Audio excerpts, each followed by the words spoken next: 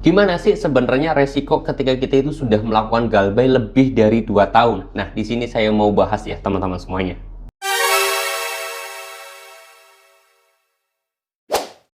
Assalamualaikum warahmatullahi wabarakatuh teman-teman semuanya. Pada kesempatan video kali ini saya ingin membahas tentang rasa gimana ketika kita itu sudah melakukan galbay lebih dari 2 tahun. Nah, ini pertama dari pengalaman pribadi terlebih dahulu, yaitu kemudian juga sharingnya saya kepada sama teman-teman saya yang sudah pernah melakukan galbay lebih dari 2 tahun. Karena ya jujur apa adanya aja, setiap pengalaman itu kan berbeda-beda. Setiap kita minjem di aplikasi pinjol juga akan berbeda-beda risikonya. Kayak contoh misalkan, kita minjem pinjol di Akulaku, itu sama dengan minjem di Shopee Pay Later gampangannya ya, sepinjam, itu akan berbeda pengalamannya. Kalau Akulaku bakal didatangin DC kalau udah 5 bulan atau 4 bulan. Tapi kalau si pinjam udah galbay sampai 1 tahun pun belum didatangin DC lapangan. Nah, itu punya pengalaman yang berbeda-beda, punya experience yang berbeda-beda. Nah, di sini saya mau bahas teman-teman ya.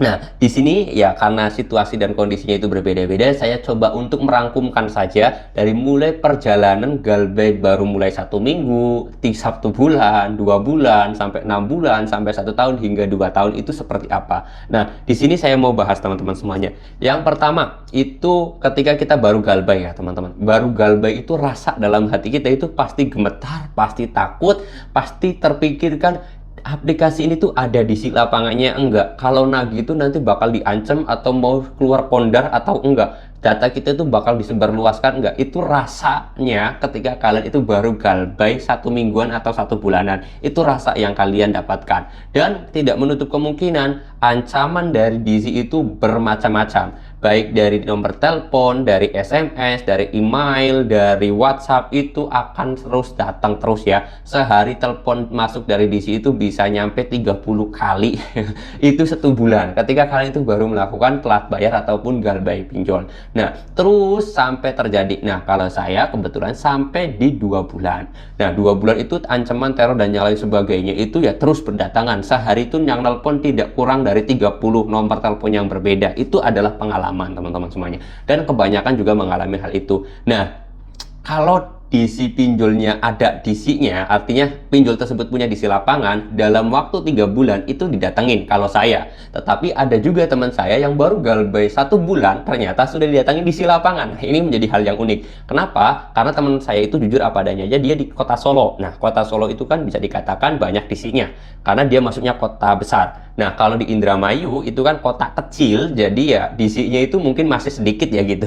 Kalau dia 1 bulan itu sudah didatengin DC lapangan. Kalau saya sendiri 3 bulan baru didatengin DC lapangan. Nah, itu jujur apa adanya aja, DC-nya aku laku.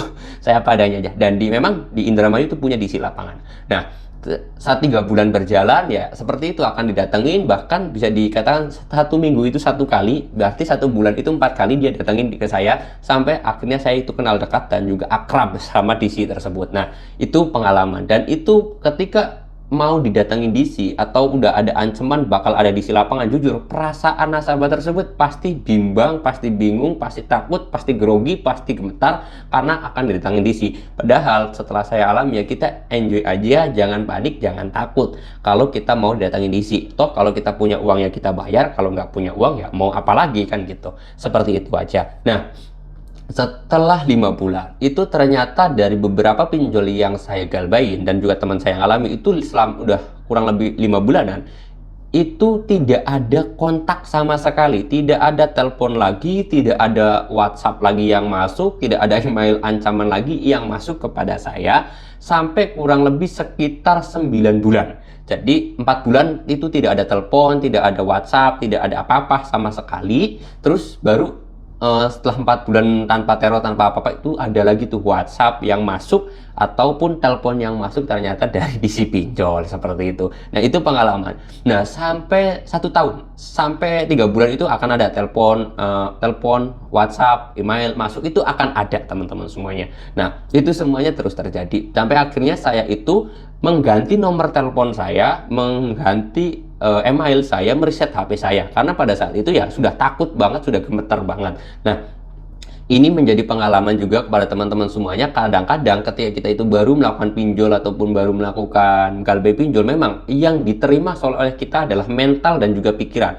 Ketika mental dan juga pikiran kita sudah takut, sudah cemas, kita akan berusaha untuk membayar pinjol. Nah, hal itu dilakukan oleh DC ya agar nasabah tersebut bayar. Tetapi seharusnya yang harus kita lakukan adalah jangan pernah melawan gali lubang tutup lubang. Kalau merasa takut, merasa grogi, merasa gemetar karena diancam, itu hal yang wajar karena itu sifat manusiawi. Tetapi yang harus kita hindari yaitu jangan pernah melakukan gali lubang tutup lubang karena itu bisa berbahaya banget teman-teman semuanya. Nah, sampai akhirnya ya sampai 2 tahun ini ya aman-aman aja. Kalau misalkan data kita itu busuk dan masuk ke SLIK OJK, masuk dalam blacklist, itu ya wajar-wajar aja. Tetapi untuk 2 tahun ini sudah saya beresin semua dan juga sudah dibersihkan semuanya teman-teman semuanya. Oke, itu menjadi sebuah pengalaman dan juga sedikit cerita pribadi saya dan juga teman saya terhadap dunia pinjol. Dan teman saya pun sama, yang dialami adalah ketika 9 bulan atau kurang lebih kalau dia itu 10 bulanan itu nggak ada teror. Jadi 5 bulan dia ditangisi, sampai 5 bulan diteror dan yang lain sebagainya. Dalam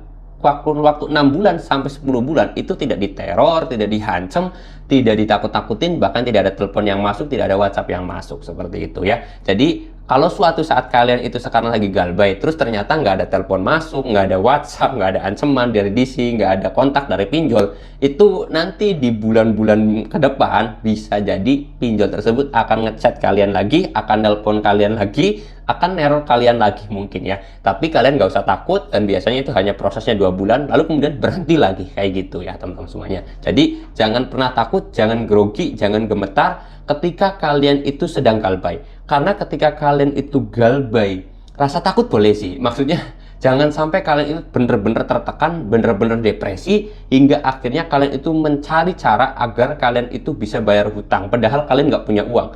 Kalian akhirnya melakukan gali lubang tutup lubang. Dan ketika kalian sudah melakukan gali lubang tutup lubang, itu akan menjadi jurang yang sangat berbahaya sekali buat teman-teman semuanya, seperti itu.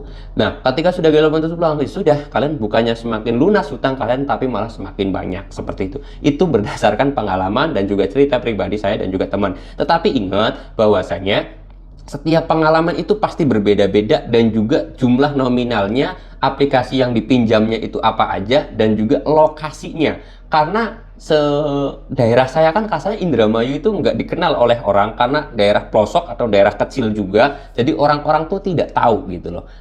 Beda kalau kalian itu tinggalnya mungkin di kota-kota besar kayak mungkin Jakarta, di Surabaya, terus kemudian di Semarang, di Yogyakarta, itu kan kota-kota besar. Bisa jadi diisi lapangannya itu tetap tambah banyak, bisa jadi kalian itu bisa didatangin setiap hari, bisa jadi kalian itu didatanginya lebih cepat. Kalau saya kan 3 bulan, mungkin kalau daerah Jakarta baru telat 1 minggu sudah didatangin diisi. Kalian tinggal di kota Bekasi mungkin baru 2 minggu telat bayar sudah didatangin DC. Itu bisa saja berbeda karena banyak faktor ya, dari aplikasinya, terus kemudian dari lokasinya, dari jumlah nominalnya. Itu hanyalah kisah pengalaman pribadi.